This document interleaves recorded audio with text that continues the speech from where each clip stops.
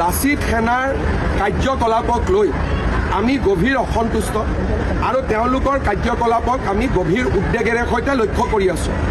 আলফাৰ দৰে লাচিত সেনাক হয়তো আমি এটা দিন আহিব আমি বেন কৰিব লাগিব, কাৰণ ব্যৱসায়ীসকলক লাচিত সেনাই যথেষ্ট অত্যাচাৰ কৰে। অসমত ব্যৱসায়ৰ পৰিৱেশ এটা যোৱা দুমাহ তেওঁলোকে একেবাৰে নষ্ট কৰি দিছে।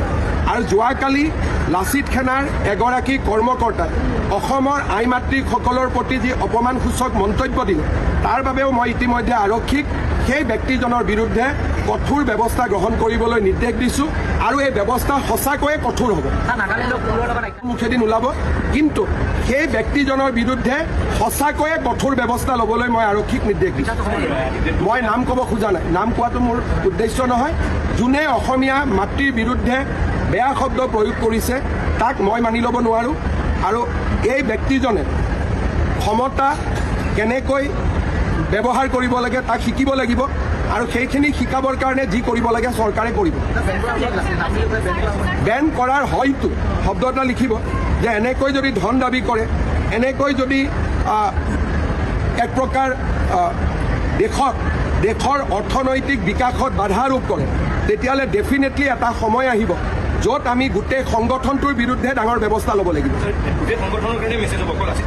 বৰ্তমান লাচিত সেনাৰ কথা কৈছোঁ, বৰ্তমান বেলেগ সংগঠনৰ কথা কোৱা নাই, কাৰণ অসমত আন কোনো সংগঠনে এনেকৈ ব্যৱসায়িক মাৰপিট টকা পইচা নোতোলে। এইটো ক্ষেত্ৰত তেওঁলোকে ব্যতিক্ৰম। আমিও একশ্যন লৈছোঁ, চৰকাৰে কেৱল ল'ব নালাগে। আমাৰ সংগঠনৰ যদি ক'ৰবাত কিবা আঁচুৰ পৰা আমি আগতেও লৈছোঁ, এতিয়াও লৈছোঁ। আমাৰ সংগঠনটো এটা ডিচিপ্লিন সংগঠন, আৰু আমি এই ডিচিপ্লিনটো বৰ্তাই ৰাখিছোঁ কাৰণে এতিয়া লগে লগে ব্যৱস্থা লোৱা হৈছে। আৰু যদি কাৰোবাৰ ওপৰত ল'ব লাগে, কিন্তু বাকী যিকেইজন পুলিচে এৰেষ্ট কৰি থৈছে আমাৰ সদস্য নহয়, লাচিত সেনাক নিষিদ্ধ কৰিব, এইটো কেনেকুৱা ধৰণৰ কথা? এটা গণতান্ত্ৰিক প্ৰমূল্যবোধৰ মাজত আছো। আপোনালোকে কোৰ্টত প্ৰমাণ কৰক আমি ক'ত ডকাইতি কৰিছোঁ, আমাৰ ল'ৰাই ক'ত ধন দাবী কৰিছে, আৰু যদি ধন দাবী কৰিছে চুচৰেলি এৰেষ্ট কৰক। তেওঁ কৈ গৈছিলে কেইদিনমান আগত যে বীৰ লাচিত সেনাৰ প্ৰত্যেক সৈনিকৰ গাত লাচিতৰ তেজ আছে, আৰু সেই বক্তব্যটো অন ৰেকৰ্ড আছে। আৰু আমিও ভাবিছোঁ তেওঁকো কোনোবাই ভুল পথে পৰিচালিত কৰিছে। মই কৈছোঁ নহয়, খেলৰ শকুনি কোন গমেই পোৱা নাই, কিন্তু মহাভাৰত হৈ আছে। অতি এটা বেয়া পৰিৱেশত দিবলগীয়া হৈছে, যিহেতু আমাৰ মুখ্য সচিব ৰন্তু পানী ফুকনক গুৱাহাটীৰ এখন হোটেলত প্ৰেছমিট দি থকা অৱস্থাত, প্ৰেছমিটটো অন্ততঃ কমপ্লিট কৰিব দিব লাগিছিলে।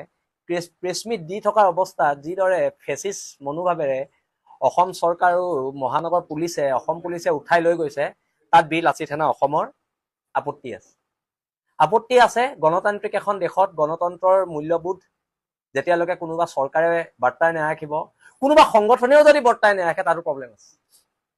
এতিয়া কথাটো হৈছে, হোৱাই ৰন্তু পানী ফুকনক কিয় টাৰ্গেট কৰা হৈছে, এইটোক লৈ মুখ্যমন্ত্ৰী মহোদয়লৈ আমাৰ প্ৰশ্ন আছে, বিজেপি চৰকাৰলৈ আমাৰ প্ৰশ্ন আছে।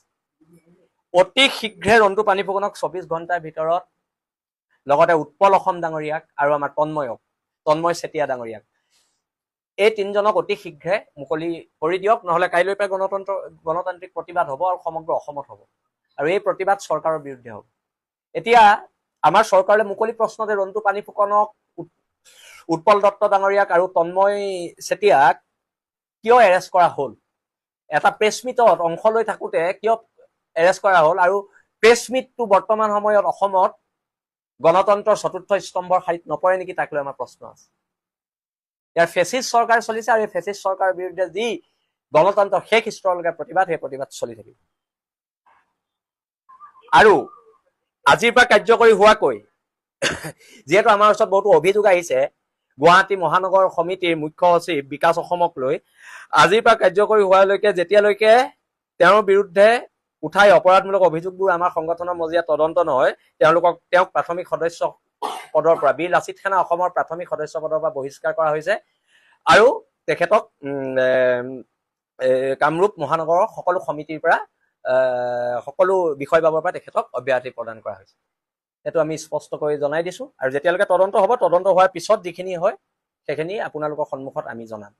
আৰু এটা কথা হৈছে, যিকেইজন ল'ৰাক কালি ধন দাবী গোচৰত এৰেষ্ট কৰিছে, সেই ল'ৰাকেইজন, যিহেতু মোৰ স্বাস্থ্য খুব অৱনতি, মোৰ কালি অপাৰেশ্যনৰ পৰা মই আহি ঘৰ পাইছোঁহি, কিন্তু এই বিষয়টো আমি উত্থাপন কৰিছোঁ যে কিছুমান তাত বেলেগ দলৰ ল'ৰা থাকিব পাৰে, বেলেগ সংগঠনৰ ল'ৰা থাকিব পাৰে। এই কথাখিনি কোৱাৰ কাৰণে ৰন্তু পানী ফুকনক এৰেষ্ট কৰা হৈছে। এই কথাটো হৈছে, যদি কোনোবা ৰাজনৈতিক দলৰ মানুহ আছে, বিজেপিৰ মানুহ আছে, যদি কোনোবা বীৰ লাচিত সেনাৰ মানুহ আছে, সেই বিষয়ত তদন্ত হওক, কিন্তু তদন্ত নোহোৱাকে এনেকুৱা ধৰণৰ ফেচিছ যিখিনি কাৰবাৰ হৈছে যে বীৰ লাচিত সেনাৰে ল'ৰা, বীৰ লাচিত সেনাৰ ল'ৰা কৈ আছে, কিন্তু এতিয়া প্ৰমাণ কৰক বীৰ লাচিত সেনাৰ ল'ৰা কোন কেইজন হয় তাত থকা, কোনজন বীৰ লাচিত সেনাৰ ল'ৰা আপোনালোকে প্ৰমাণ কৰক। আজি 20 জন ল'ৰাই আমাৰ লগত ফটো উঠিছে। মোৰ একেদিন স্বাস্থ্য অৱনতি হৈ থাকোতে বহুতো ল'ৰাই আহিছে, তাত মোক খবৰ কৰিছে, প্ৰায়খিনি ল'ৰাই ফটো উঠিছে, প্ৰায়খিনি শুভাকাংক্ষীয়ে ফটো উঠিছে। তেতিয়া সেইবুলি সকলো বীৰ লাচিত সেনাৰ সদস্য হ'ব নেকি? আমি যিখন হোটেলত আছো সেই হোটেলখনত থাকোতে তাত থকা এজন ৱেটাৰেও মোৰ লগত ফটো মাৰিছে, সেইবুলি তেওঁ বীৰ লাচিত সেনাৰ সদস্য হ'ব। এতিয়া কথা বতৰাবিলাক চৰকাৰে স্পষ্ট কৰক আৰু ৰন্টু পানী ফুকনক এৰি দিয়ক। বিনা চৰ্তে ৰন্টু পানী ফুকন ডাঙৰীয়াক মুকলি কৰক, উৎপল অসম ডাঙৰীয়াক মুকলি কৰক, তন্ময় চেতিয়া ডাঙৰীয়াক মুকলি কৰক। কাৰণ ফেচিছ নীতিৰে যদি চৰকাৰে ভাবে যে আমি হিটলাৰী শাসন ব্যৱস্থাৰে বীৰ লাচিত সেনাক দমন কৰিম, বীৰ লাচিত নিষিদ্ধ কৰি দিব, লাচিতৰ দেশত বীৰ লাচিত সেনাক নিষিদ্ধ কৰিব, এইটো কেনেকুৱা ধৰণৰ কথা? এটা গণতান্ত্ৰিক প্ৰমূল্যবোধৰ মাজত আছো, আপোনালোকে কোৰ্টত প্ৰমাণ কৰক আমি ক'ত ডকাইতি কৰিছো, আমাৰ ল'ৰাই ক'ত ধন দাবী কৰিছে, আৰু যদি ধন দাবী কৰিছে চুচৰে এৰেষ্ট কৰক, তাত আমাৰ ক'বলৈ নাই। যদি আমাৰ ল'ৰাই ভুল কৰিছে এৰেষ্ট কৰক, যদি আমাৰ ল'ৰাই আইন হাতত তুলি লৈছে এৰেষ্ট কৰক। কিন্তু আপোনালোকে এটা মিছা প্ৰপগেণ্ডাত আমাৰ মুখ্য সচিবক প্ৰেছ মিটৰ পৰা চুচৰাই নি পেলাই থানাত ভৰাব, জেল হাজতলৈ প্ৰেৰণৰ যোজা কৰিব, এইটোতো নহ'ব। এইটো গণতান্ত্ৰিক মূল্যবোধত এইটো বস্তু নপৰে আৰু নচলিবই এইবিলাক কথা। আৰু যেতিয়ালৈকে বীৰ লাচিত সেনা অসমৰ এই সত্তাটো আমি জীয়াই আছো, আমি যেতিয়ালৈকে জীয়াই আছো এই সত্তাটো জীয়াই থকালৈকে কোনো কাৰণত আপোচ কৰা নহ'ব। আৰু আজি যদি চৰকাৰে এনেকুৱা ধৰণৰ দমনমূলক নীতিৰে বীৰ লাচিত সেনাৰ সত্তাটো শেষ কৰিব পাৰে, প্ৰথম কথা নোৱাৰে, যদি শেষ কৰিবলৈ চেষ্টা কৰে তেতিয়া কিন্তু চল পাব অবৈধ ৰূপে বাংলাদেশৰ পৰা অহা মানুহখিনিয়ে, তেতিয়া কিন্তু চল পাব বহিৰাগত শ্ৰেণীৰ মানুহখিনিয়ে, তেতিয়া কিন্তু চল পাব ইয়াত অসাধু কাৰ্য কৰি থকা বহিৰাজ্যৰ বেপাৰীসকলে। সেই কথাটো কিন্তু চৰকাৰে মনত ৰখা উচিত। আজি বীৰ লাচিত সেনা অসমৰ সত্তাটোৰ কাৰণে হিন্দুৱে হওক মুছলমানে হওক অবৈধ বাংলাদেশীয়ে অন্তত অসমত কথা এটা কওঁতে 10 বাৰ ভাবে। আজি বহিৰাগত মানুহ এটাই অন্তত জাতিটোৰ বিৰুদ্ধে যাবলৈ 10 বাৰ ভাবে। কাৰ কাৰণে? বীৰ লাচিত সেনা অসম নামৰ এই সত্তাটোৰ বাবে। আৰু এই সত্তাটোক চৰকাৰেও শ্ৰদ্ধা কৰিব লাগিব। আমি পুনৰবাৰ কৈছো, হিমন্ত বিশ্ব শৰ্মা গৌৰৱ গগৈ আমাৰ নেতা নহয়, বা কোনো এতিয়া যিমানকেইটা আঞ্চলিক দল আছে কোনো এজনৰ নেতা আমাৰ নহয়। বীৰ লাচিত সেনা এখন সংবিধান আছে, আমি সংবিধানৰ ওচৰত দায়বদ্ধ, আমি খিলঞ্জীয়া মানুহৰ ওচৰত দায়বদ্ধ। কিন্তু তাৰ পিছতো যদি আমাৰ ওপৰত বাৰে বাৰে এনেধৰণৰ ফেচিষ্ট আক্ৰমণ চলি থাকে, তাৰ বিৰুদ্ধে কিন্তু প্ৰতিবাদ হ'ব। তেতিয়া কিন্তু চৰকাৰে আকৌ আবুল তাবুল কিছুমান কথা কৈ লাভ নাই, প্ৰতিবাদ হ'ব। আৰু এই প্ৰতিবাদটোলে চৰকাৰ সাজু থাকক। মোৰ স্বাস্থ্য অতিকৈ বেয়া, তথাপিতো দেশ জাতিৰ কাৰণে, অসম নামৰ মাজনীৰ কাৰণে যদি পুনৰ ৰাজপথত নামিবলগীয়া আমি নামিম। কিন্তু এটা কথাটো হৈছে, ৰন্টু পানী ফুকনক কাৰ পৰিচনত এৰেষ্ট কৰা হ'ব? ৰন্টু পানী ফুকনক এৰেষ্ট কৰিবলৈ, বীৰ লাচিত সেনাৰ এই সত্তাটোক নিষেধ কৰিবলৈ কোনোবা বিৰোধী দলৰ চক্ৰান্ত, নে বিজেপিৰ চক্ৰান্ত, নে কোনোবা বেলেগ কিছুমান অসম বিৰোধী যিবিলাক চক্ৰ, তেওঁলোকৰ পৰিচনত পৰি চৰকাৰে আজি ৰন্টু পানী ফুকনক এৰেষ্ট কৰিছে, উৎপল দাক এৰেষ্ট কৰিছে, তন্ময়ক এৰেষ্ট কৰিছে। তাক লৈ আমাৰ আপত্তি আছে, আৰু এই বিষয়ে চৰকাৰে স্পষ্টীকৰণ দিব লাগিব। অকল বীৰ লাচিত সেনা কিয় টাৰ্গেট? প্ৰত্যেকটো অসমৰ জাতীয় জীৱনৰ প্ৰত্যেকটো কথাত বোলে কোনোবা এটা সঁচা গোচৰত কেতিয়াবা কোনোবা মানুহ এৰেষ্ট হৈছে আমাৰ বীৰ লাচিত সেনা, তেতিয়াও ক'বলৈ ভাল। এতিয়া কিছুমান কথাত এতিয়া টকশ্ব' বিলাক নহয়, টকশ্ব'বোৰ এতিয়া নহয়। যেতিয়া মোৰ ওপৰত এটা অভিযোগ আহিছিলে যে মই এজন অনা অসমীয়া মানুহক থু মাৰিছিলো, তাৰপিছত মোক ওপৰত যেতিয়া NSA লগাইছিলে, NSA লগোৱাৰ দিনা বা এৰেষ্ট কৰাৰ দিনা ঢেৰ টকশ্ব' হ'ল, কিন্তু যেতিয়া মই জেলৰ পৰা ওলালো তেতিয়া কিন্তু এটাও টকশ্ব' নহলে। আৰু তাৰ পিছত মোক যে ন্যায়ালয়ে ক'লে যে শৃংখল চলিয়াই মানুহজনৰ ওপৰত থু মৰা নাছিলে, তাৰ ওপৰত আৰু টকশ্ব' নহলে। টকশ্ব'বোৰ আমি থু যে নাই মৰা বুলি ন্যায়ালয়ে ক'লে, তেতিয়া কিয় টকশ্ব'বোৰ নহলে? থু মাৰিছো বুলি ভুৱা অভিযোগ দিওঁতে কিন্তু টকশ্ব' ঢেৰ হ'ল, কিন্তু যেতিয়া আমি ক্লিন চিট পালো তেতিয়া কিন্তু তাৰ ওপৰত কোনো টকশ্ব' নাই।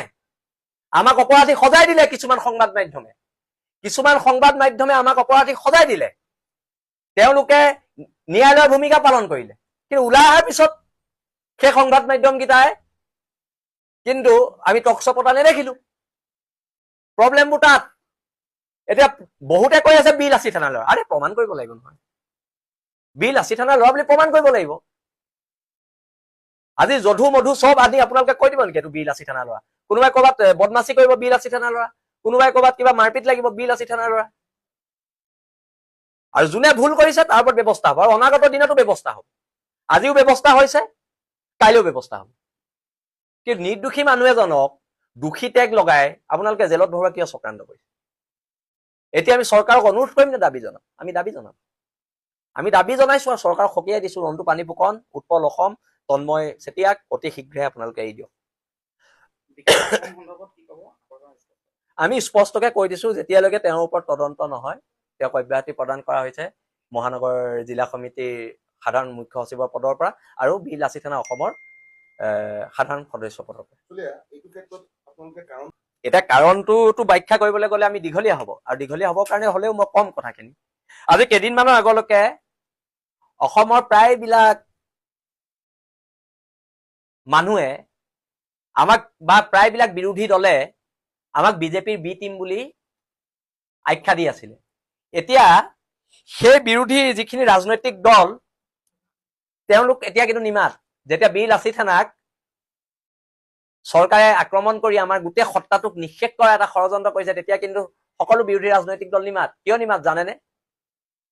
এইটো কাৰণে নিমাত, তেওঁলোকে বিজেপিৰ বি টিম।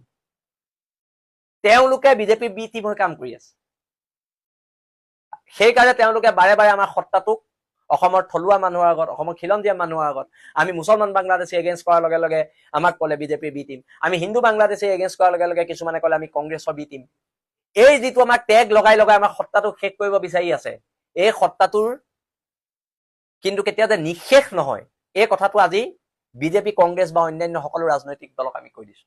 আপোনালোকে নেভাবিব যে আমাক জেলত ভৰাই আমাৰ মুখ্য সচিবক জেললৈ প্ৰেৰণ কৰাৰ চক্ৰান্ত কৰি আমাৰ ৰাজহাৰ ভাঙি আপোনালোকে এই সত্তাটো শেষ কৰি দিব বুলি। আজি ৰন্তু পানী ফুকন গৈছে, কাইলৈ শৃংখল যাব, পৰহিলে অংকুৰ গগৈ যাব, প্ৰয়োজনত আমি সকলো ল'ৰা যাম। কিন্তু এটা কথা একদম আমি কামিহাৰ পোন কৰি এটা কথা আজিৰ দিনতো আমি কৈছো, অসুস্থ শৰীৰে কৈছো, বিলাসী থানাই এইটো সত্তাক কোনো শেষ কৰিব নোৱাৰে আৰু নোৱাৰে। চক ৰাজনৈতিকভাৱে আমাক সকলো দলে ভয় কৰে, কাৰণ আমাৰ সত্তাটো খিলঞ্জীয়াৰ ওচৰত দায়বদ্ধ। কাবাৰ সত্তা অবৈধ হিন্দু বাংলাদেশীৰ ওচৰত দায়বদ্ধ, কাবাৰ সত্তা অবৈধ মুছলমান বাংলাদেশীৰ ওচৰত দায়বদ্ধ, কাবাৰ সত্তা বনিয়াৰ ওচৰত দায়বদ্ধ। আমাৰ সত্তাটো না বাংলাদেশীৰ ওচৰত দায়বদ্ধ, না আমাৰ সত্তাটো কোনো বহিৰাগত বনিয়াৰ ওচৰত দায়বদ্ধ। আমাৰ সত্তাটো কেৱল মাত্ৰ খিলঞ্জীয়াৰ ওচৰত দায়বদ্ধ। যিবিলাক অভিযোগ উঠিছে যে ধন দাবী কৰা হৈছে, চক অভিযোগটোতো ঢেৰ আছে, মই এইটোৱে কৈছো, অভিযোগ আছে কাৰণেতো অব্যাহতি দিয়া হৈছে। আমিও একশ্যন লৈছো, চৰকাৰে কেৱল ল'ব নালাগে। আমাৰ সংগঠনৰ যদি ক'ৰবাত কিবা আঁচুৰ পৰে আমি আগতেও লৈছো, এতিয়াও লৈছো। আমাৰ সংগঠনটো এটা ডিচিপ্লিন সংগঠন, আৰু আমি এই ডিচিপ্লিনটো বৰ্তাই ৰাখিছো কাৰণে এতিয়া লগে লগে ব্যৱস্থা লোৱা হৈছে। আৰু যদি কাৰোবাৰ ওপৰত ল'ব লাগে ল'ম, কিন্তু বাকী যিকেইজন পুলিচে এৰেষ্ট কৰি থৈছে আমাৰ সদস্য নহয়। জুবিন গাৰ্গৰ ন্যায়ৰ দাবীত আচলতে সৰব হৈ আছিলে বিলাসী থানাৰ বহু কেইগৰাকী বিষয়ববীয়া। আচলতে সেই সন্দৰ্ভতো আচলতে কিবা এটা চক জুবিন দাৰ ন্যায়ৰ ক্ষেত্ৰত কেৱল মাত্ৰ বিলাসী থানা অসম নহয়, অসমৰ প্ৰত্যেকটো সত্তা সৰব হৈ আছে। আৰু এইটো বস্তুৰ লগত এইটো বস্তু কোনো মিক্স আপ কৰিব নালাগে, সেইকাৰণে এইটো মানে মিহলি কৰিব নালাগে। জুবিন দাৰ সত্তাটোৰ লগত এই বিষয়টো কোনো ধৰণৰ তালমিল নাই। কিন্তু আমি কৈছো যে আমাক শেষ কৰাৰ যিটো পৰিকল্পনা কৰিছে, আমাৰ সত্তাটোক শেষ কৰাৰ যিটো পৰিকল্পনা কৰিছে, এইটো কিন্তু মূৰ্খৰ স্বৰ্গত বাস কৰিছে। বিলাসী থানা প্ৰাথমিক সদস্য নহয়, এই কথাটো ময়ো অলপ আগতেহে গম পাইছো, যিহেতু মোৰ এইকেইদিন মই কোনো ধৰণৰ ছচিয়েল মিডিয়া বা ক'তো মই যোগাযোগত নাছিলো মোৰ অপাৰেশ্যনৰ বাবে। সেইকাৰণে কিন্তু মই যিমান দূৰলৈকে প্ৰশাসনিক সচিব হিচাপে মই যিমান দূৰলৈকে খবৰ উলিয়াইছো, থানাত সোমাই থকা এটা ডকাইতো বিলাসী থানা অসমৰ সদস্য নহয়। এইটোতো ষড়যন্ত্ৰ থাকিব পাৰে, এইটো চৰকাৰী পক্ষৰ ষড়যন্ত্ৰ থাকিব পাৰে। আমিতো ৰাজনৈতিক খেলৰ পাখাৰ বলি হৈছো, শকুনি কোন ধৰিবই পৰা নাই। শকুনিয়ে ক'ৰ পৰা পাখা পেলাই আছে আমি ধৰিব পৰা নাই। আমাৰ সত্তাটোৰ প্ৰতি নিশ্চয়কৈ শংকিত, নহলে নিষিদ্ধ কৰিম বুলি ক'ব নেকি? আজিলৈকে অসমৰ ইতিহাসত কোনোবা এটা সংগঠনক নিষিদ্ধ কৰিম বুলি, আলফা বা সশস্ত্ৰ সংগঠন এইটো এটা বেলেগ বস্তু, কিন্তু এটা জাতীয় সংগঠনক নিষিদ্ধ কৰিম বুলি প্ৰথম কৈছে, আৰু তাৰ কাৰণে আমি গৰ্ব কৰিছো যে বিলাসী থানা এইটো শক্তি আছে, যে বিলাসী থানালে চৰকাৰ সদায় প্ৰস্তুমান। স্থিতিবিলাক কোনে স্পষ্ট কৰিব? অসমৰ যিজন মূল মানুহ মুখ্যমন্ত্ৰী স্পষ্ট কৰিব। তেওঁ কৈ গৈছিলে কেইদিনমান আগত যে বীৰ লাচিত সেনাৰ প্ৰত্যেক সৈনিকৰ গাত লাচিতৰ তেজ আছে আৰু সেই বক্তব্যটো অন ৰেকৰ্ড আছে আৰু আমিও ভাবিছো তেওঁকো কোনোবাই ভুল পথেৰে পৰিচালিত কৰিছে মই কৈছো নহয় খেলৰ শকুনি কোন গমেই পোৱা নাই কিন্তু মহাভাৰত হৈ আছে সদায় হাত না বুলিয়ে কওঁ কোনদিনানো হাত হা বুলি কৈছো হাত না বুলি কোৱাৰ কাৰণে আজিতো এইটো অৱস্থা আমাৰ আৰু আমি কোনো এনেকুৱা ধৰণৰ সত্তা নহয় যে কোনোবাই কিবা কলে আমি সেইটোকে লাগিলে সেইটো যোনেই নহওক আমি বিজেপি কংগ্ৰেছ কাৰো আদৰ্শৰ দ্বাৰা পৰিচালিত নহয় আমি খিলঞ্জীয়া সত্তাটোৰ স্বাভিমানটো কেনেকে জীয়াই ৰাখিব পাৰি খিলঞ্জীয়া মানুহে কেনেকে মূৰ তুলি জীয়াই থাকিব পাৰে আৰু সেই খিলঞ্জীয়া মানুহ মূৰ তুলি জীয়াই থকাৰ ক্ষেত্ৰত চৰকাৰে যিমান কৈছে আমিও সিমানে কৈছো